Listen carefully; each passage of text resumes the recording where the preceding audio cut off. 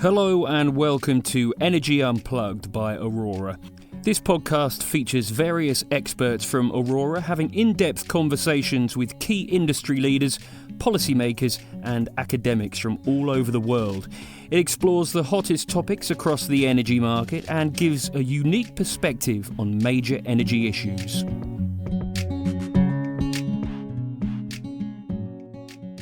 Welcome to Energy Unplugged. I'm Casmir Lorenz and heading the Berlin advisory team of Aurora. In this episode, we want to talk about long-term offtake contracts, and I'm very happy to have Deborah and Hugo from Osborne Clarke with me.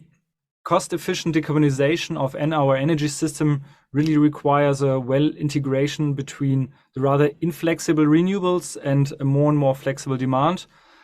So the trading of electricity on spot markets and having these volatile spot market prices to coordinate between demand and supply can only be part of the medal. An increasing share of renewables nowadays sell the electricity through these long-term offtake contracts. So the design of those contracts and the negotiations of those contracts have a big influence on the incentives for both sides, supply and demand, and so the offtake side to adapt their pattern and their production and generation. We therefore want to look today with more details into these non-governmental long-term offtake contracts, and therefore very happy to welcome Deborah and Hugo from Osborne Clarke again. On Deborah's side, she's an energy partner in OC's energy team. She leads OC's energy innovation group, and although her career has been mainly in the private practice, she also spent 4 years in-house with an international energy company.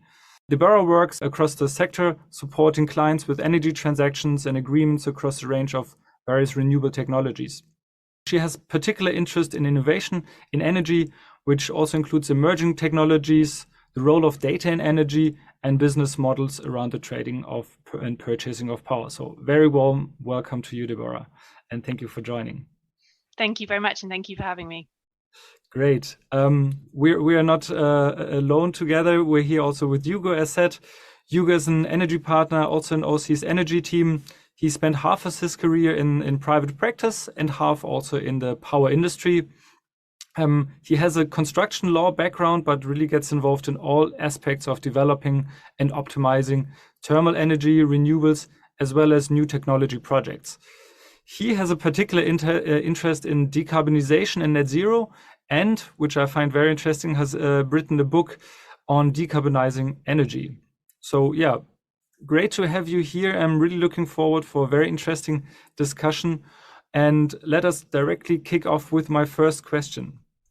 So we are currently transitioning from a perspective where we had a lot of governmental long-term contracts to a world with more and more private long-term contracts. Therefore, with regards to these long-term contracts of renewable with off-takers, where do you see the trends going? How do lenders react, for example, to baseload PPAs, so to say, a specific form of these long-term contracts?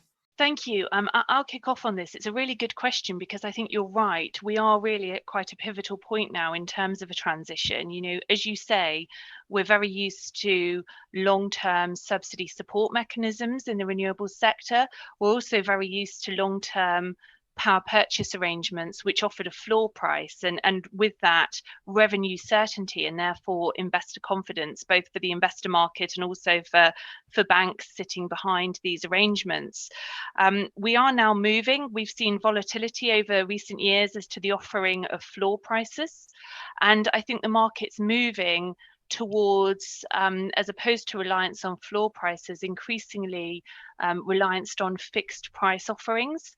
These are both through utilities offering longer term fixed price arrangements, but also the emergence of corporate PPAs and the opportunity they present for utilities to be involved in the sleeving of power to corporates directly from an arrangement with a generator. So I think the drivers are still the same. You know, there is still that need for revenue certainty, but the structuring is different. We're no longer reliant on subsidy support. We're no longer just looking at the long-term utility PPAs. There are increasingly other mechanisms of achieving that revenue certainty and that pricing modelling. Perfect. Hugo, anything to add on your end here? I think that was very well put. As Debs has said, it's really characterised by a growing confidence, a much higher confidence in the offtake and the lending side of the offtake transactions. And Debs touched on that on this point, but it's really characterised by the shift from subsidy support, particularly in the GB market, where projects used to rely on support through schemes such as the renewables obligation, the feed-in tariff, etc. So moving from that subsidy support world to revenue support, which we see primarily through the CFD model. Mm-hmm. And when it comes to the duration of such contracts, because of course industrial off-takers, corporate off-takers might not be motivated to go for a 15-20 year PPA, while lenders of course would love to have that security as well as investors. So how do you see that evolving, and how do you see these different demands coming together in the end in negotiations of such contracts? We still see obviously the CFD supported projects are still for 15-year periods, and that's a term that the government seems to hold on to. It's certainly the term that we're seeing in the new CFD models for the CCUS projects and the hydrogen projects. But Deb's touched on this with the increasing activity we're seeing in the corporate market for corporate PPAs and virtual PPAs. You used to say a similar thing, that they require an equivalent term, a sort of 10, 15, possibly even a 20-year term.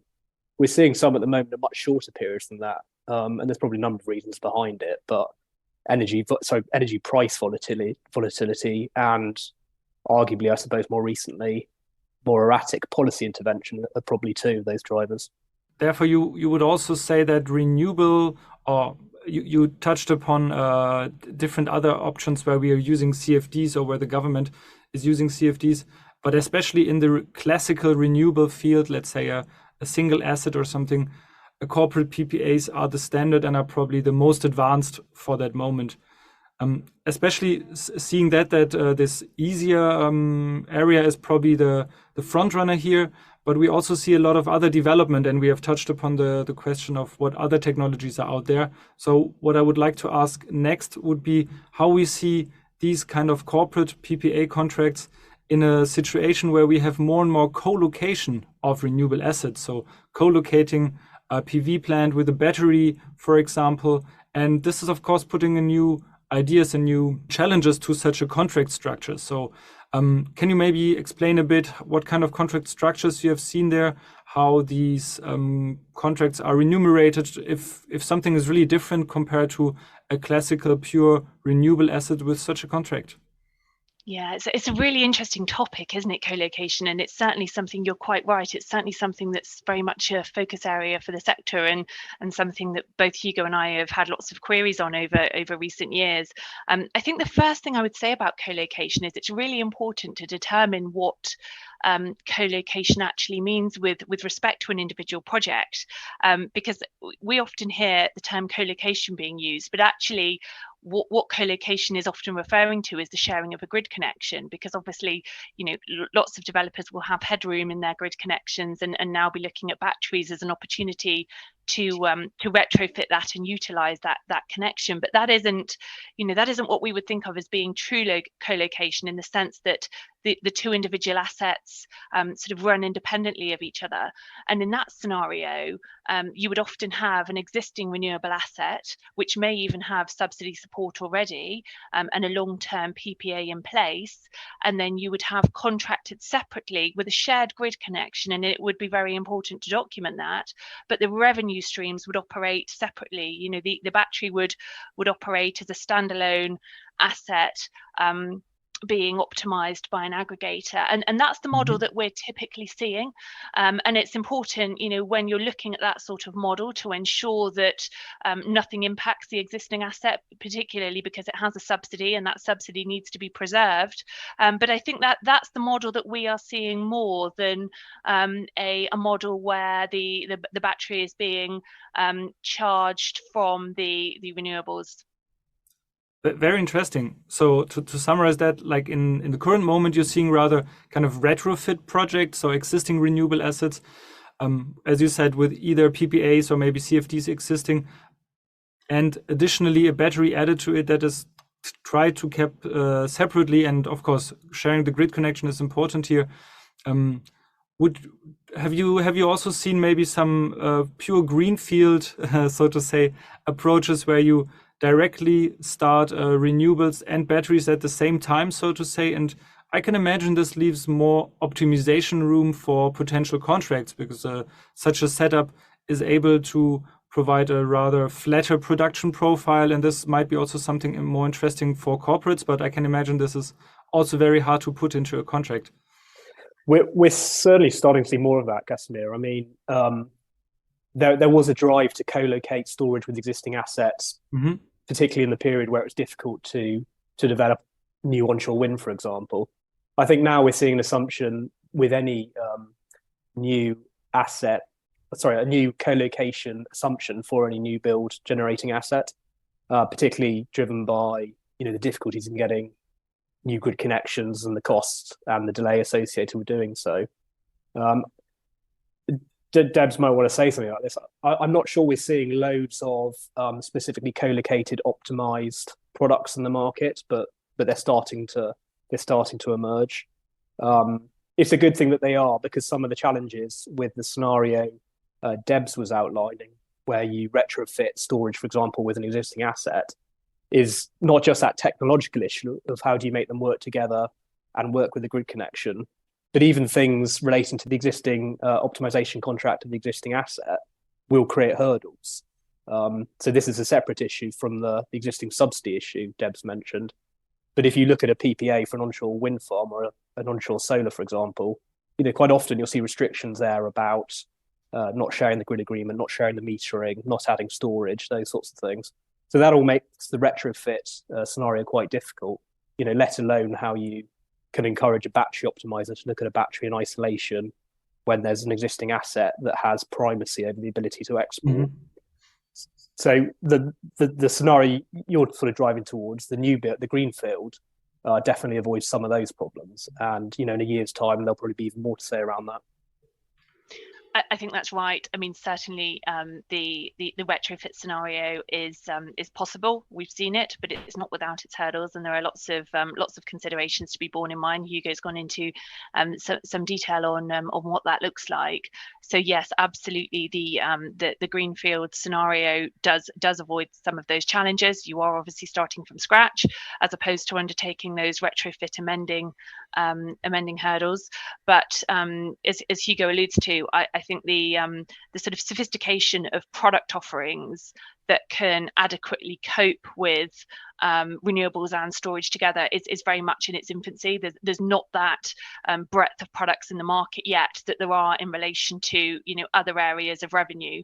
So that is something that we are seeing being developed, but there is a lot of scope for off-takers to really go further with that.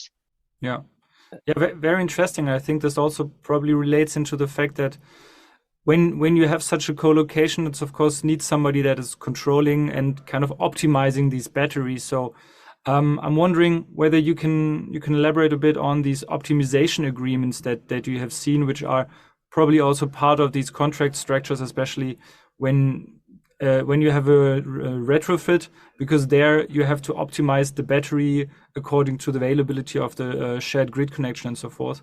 And this also has to be guaranteed in a contract, which should in the long run also allow for stable revenue streams in order to provide them also to lenders. Can you give a few details to these optimization agreements that we are seeing in the market at the moment? Yeah, sure. I mean, I think you're right. The optimization area, it's sort of a really exciting area of the market. We've seen a number of new entrants come into this area over recent years, and it's it's becoming sort of quite a busy competitive marketplace now. I think it goes back to the point we were talking about earlier. The biggest challenge around this is the shift in revenues. As a sector, we're really used to long-term, almost guaranteed revenues through the renewable subsidies and the long-term PPAs, and now that's very much shifted to a sort of revenue share model, which is based on a stacked revenue mechanism plus wholesale trading when you're looking at batteries and an intermittent plant, and that's really required a kind of shift in mindset for lenders. And you talked about sort of stable revenue streams and guaranteed revenues, and that is possible here. You know, there is the option to request floor prices in these sorts of arrangements, but I don't think we've, as a sector, quite got clarity around the relationship when you're looking at batteries between a floor price and the need in the battery market to optimize a battery and maximize revenue. You know, the two don't necessarily sort of sit together. So that's a conundrum that, you know, Hugo and I are used to kind of grappling with when undertaking modeling around trading strategies with our clients.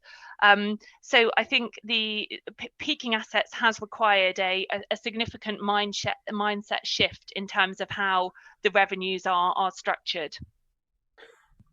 And that's a really important point about the how you match the revenues. I guess the other issue is the sort of taking it back to the issue of co-location, is the conceptual issue of how do you match a technology that essentially generates in the conditions to which it's matched, so, you know, windy or sunny conditions, with a different technology that has a very different optimization and operating profile, you know, so that it is specifically designed to be able to operate in markets that require sub-second response, and also moving between different types of market, moving between wholesale markets, frequency response markets, balancing markets, all within a day. So we see that challenge, and that's also matched over the, you know, the technology limitations of the battery around its discharge cycles. When is it best to charge it, with an eye on when you want to discharge it? How does that impact the degradation curve and the supplier warranties? All those sorts of issues have to be seen in the round. Perfect. Yeah, super interesting to see that. So maybe quickly summarizing on the co-location side, we see that it all started and it's still in full swing with the co-location for sharing grid connections, so kind of a retrofit. Greenfield is still a bit in its early stage because it allows a lot of optimization options, and therefore also contract structures tend to be more complex. And the revenue sharing model for the optimization is the way to go forward, because there are, as you just said, Hugo, going over different markets, going over different modes of operation, making it necessary to have that optimal way of operating this battery. When we now thought about these different options for co-location, and we talked about batteries, of course, but there's of course also other very flexible assets in the system. And when it comes to peakers, so recips or very fast gas turbines, I'm wondering how does that actually look different?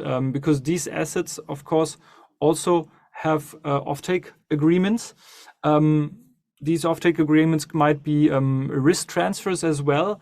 So I'm wondering if one of you could maybe comment on how they see the difference between these agreements for batteries and the agreements for other peakers. Let's maybe focus here on thermal peakers for the moment, and very happy to hear if you see there's other differences for other peakers as well.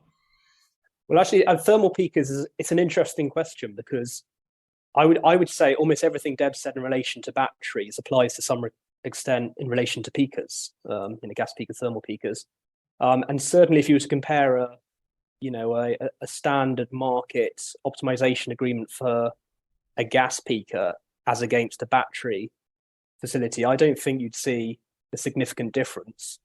I mean, both operate in a sense like mini tolling agreements, where the owner of the site outsources essentially the optimization decision making to some extent of the plant. And obviously with batteries, that's power, when to charge it. With peakers, it's the control of the gas supply. But the decision around how to discharge, admittedly, you have the additional technological complications of the battery. But with gas, like with battery, it's really a decision about which markets you want to operate in for quite short periods of time. The periods are shorter, admittedly, for batteries than they are for thermal peakers. But you're still looking at the opportunities, quite short-run opportunities in the wholesale market, definitely the balancing market as well. Both assets will be looking at capacity market opportunities. And for both, they're characterized by the ability and the need to react quickly to market opportunities. And optimizers are able to market themselves on their ability to understand those opportunities for both technologies. So maybe a bit controversially, Casmir, perhaps arguing against your question that maybe there's more similarities and differences. But Debs, what do you reckon? Do you agree with that? I would agree with that. I think there are an awful lot of similarities. The revenue mix is broadly the same, with a few sort of limited exceptions. But certainly, wholesale market, balancing market, capacity market, they are key revenue streams across peakers and batteries. I think there's lots of very similar considerations. And the other thing, to quickly to add to that, Casmir, is I think to an extent all assets are having to, all non-renewable, all non-must dispatch assets to some extent are having to react in this way. And certainly in the GB market, we're seeing CCGTs, for example, that were designed as baseload generators to take on almost a gas peaker role. For several years, they've been double shifting to fill in a market gap around the dispatch profile of wind, for example. Even coal, to some extent, has performed that role more recently.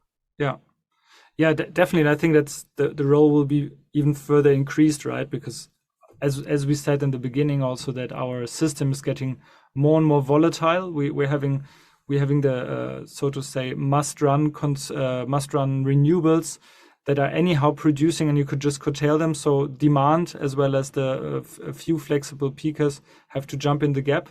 And this also brings me actually to my last question already, because we've talked a lot about generation technologies now, as well as storages, but there's a third one which we can talk about, and these are electrolyzers. Because for me, they are really in a bit of a special situation. They are on one side consuming electricity, so they would have incentives to enter long-term contracts with renewables, but maybe also in combination with some peaking assets if they would need a stable supply. If not, probably not, but also curious to hear your opinion here. But what I find now interesting is that on the other side, they're of course also selling their hydrogen, which might also be an option to enter a long-term contract here, because looking at the lender side, of course, it's good if you have your costs under control through long-term contracts.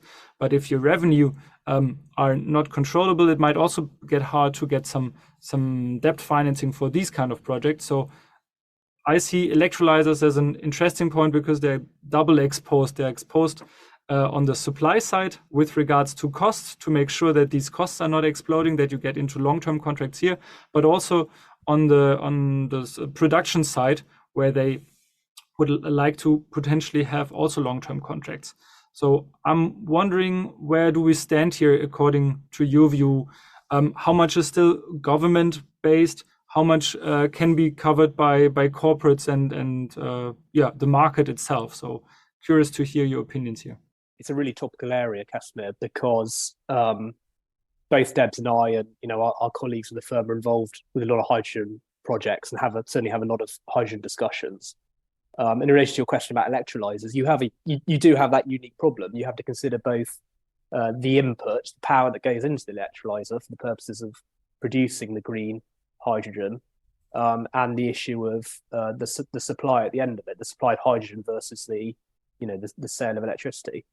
And so electrolyzer projects will generally fall into two camps. I think they'll either be looking to co-locate with a new or an existing generating asset. And we talked about that obviously in the context of batteries, but there are similar and related advantages of electrolyzers co-locating.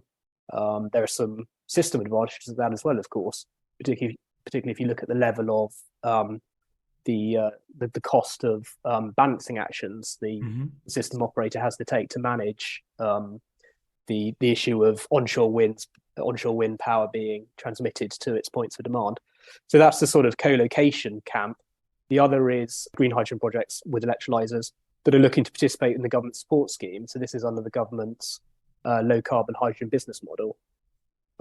We mentioned CFDs earlier, so this is another example of the CFD approach, but it has a particular relevance in relation to your question, Casmir, because you'll only get support through that CFD model if the input power into the electrolyzer meets the what we call the low carbon hydrogen standard. So there's a requirement, I think it's 20 grams per CO2 equivalent of input power to the electrolyzer, so that the hydrogen produced through that process is qualifying for the purposes of that support.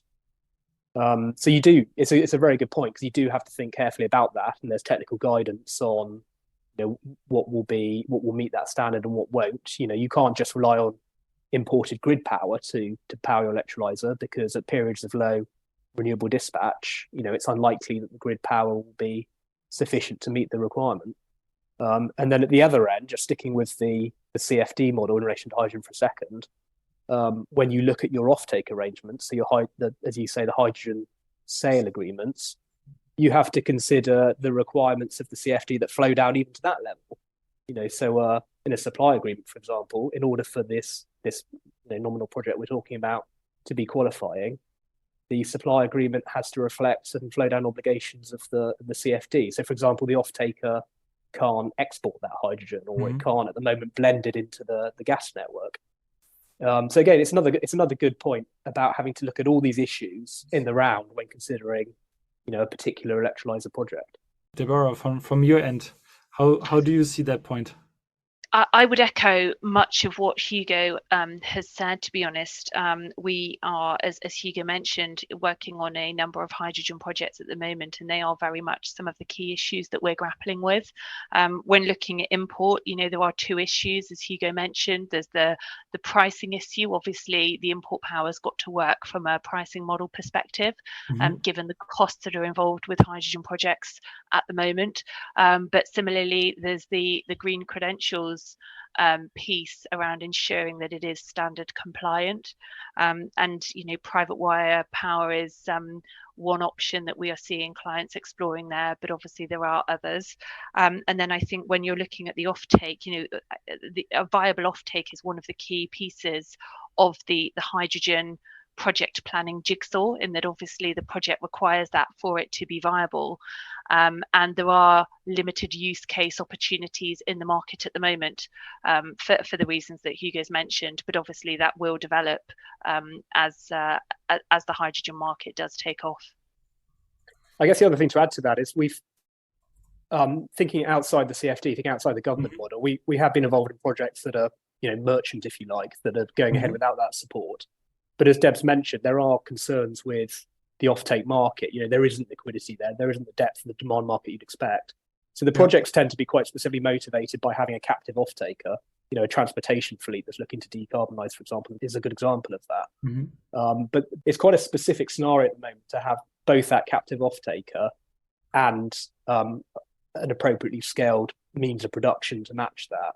Yeah. As and when the offtake and the demand market matures and there's more incentivization around the switch to hydrogen in the sort of sectors that are being encouraged to move to hydrogen, those production projects will become easier and certainly cheaper. So you would also say that the offtake is kind of the limitation for non-governmental funded projects? It's fundamental for both, because you always need an offtake arrangement in any circumstance, but particularly as you say, in non-CFD scenarios, it becomes key. And related to that, there's the issue of blending as a route to creating a more liquid offtake market. It's something that's obviously very controversial, and it's something the government at the moment takes a view that offtake route shouldn't be supported through the CFD, but it might change. But it's a concern. Perfect. Yeah. Thank you both so much. I think we had a super interesting discussion. Let me quickly summarize before we get into a last closing statement. So what have we covered today? So we talked about offtake contracts in general, and I think it's very interesting that through these offtake contracts we kind of covered the whole energy market and its different challenges. We've seen that for classical renewable projects, so to say, corporate offtakes structures are standard already, and you have contract structures which are getting shorter and more complex. Still, lenders are accepting that. When we're looking at co-location of renewables with batteries, for example, we have mostly seen a sharing of grid connection in kind of a retrofit projects, but greenfield projects are kicking off, still being a bit more in the early stage, and therefore also contract structures are still to be discussed. In general, revenue sharing models for the optimization are the key way to go forward here. I had the impression that peakers might be different. you told me that this is actually not the case, which is understandable, given that in both situations, for batteries as well as for thermal peaking assets, you're outsourcing operation decisions and therefore end up with a kind of a tolling agreement as well as profit sharing and the right incentives, hopefully. We last touched about electrolyzers and their uniqueness, given the fact they are exposed to both the demand and the supply side. And was very interesting to hear about from you that there are several complications due to that. There's, of course, the green requirements, but especially the offtake of these hydrogen is a key point to consider, both in governmental, but also in potentially non-governmental or merchant deals. So thanks a lot. I think it was super interesting here. And I would like to close with a short question, which I would like to address first to Deborah. So what is the single most important issue to consider across all technology in offtake arrangements? Oh, that's a good question. I think at the moment in the current market, it would be certainty and transparency of revenues. And I say that because obviously, you know, it's a big issue with utility PPAs in the market at the moment, given the price volatility. And I think off-takers are recognizing that through some of the fixed price offerings we're seeing, which we've mentioned. Similarly, it's a key driver of the corporate PPA market. The key driver there is no longer green credentials. It's now becoming very price driven as well, I think. And as we've touched on, you know, this is fundamental to battery projects and getting lenders and investors comfortable with those revenue stacks. Over to you, Hugo. I can't disagree with that. That's a really good point. I'll add another one, which is flexibility. And I think that reflects everything we've been saying and our observation projects we worked on about how quickly the markets have evolved, you know, even over the last 10 years. And from those conversations, you know, we certainly don't see a reason to think that will change. So there'll be a growing role for demand side response, for example. We've not really talked about that, both in domestic and non-domestic markets, and the interdependencies of technologies coming together, both on the generation side and the demand side. So that will become much more influential, I think, in dispatch decisions. So that's why maybe a quick word for flexibility is a key aspect. Perfect. Yeah. Then thanks again for joining me here at Energy Unplugged. Thank you to all the listeners. I hope you had a great time. I certainly had, and I'm looking forward to speaking to all of you very soon. That was Casmir Lorenz, head of Aurora's Berlin advisory team, talking to Deborah Harvey and Hugo Lidbetter, both of whom are partners at Osborne Clarke's energy team. Do keep an eye on our podcast feed for more in-depth conversations with senior members of the energy industry. The best way to do this is to subscribe on whatever platform you use. Thanks for listening and goodbye.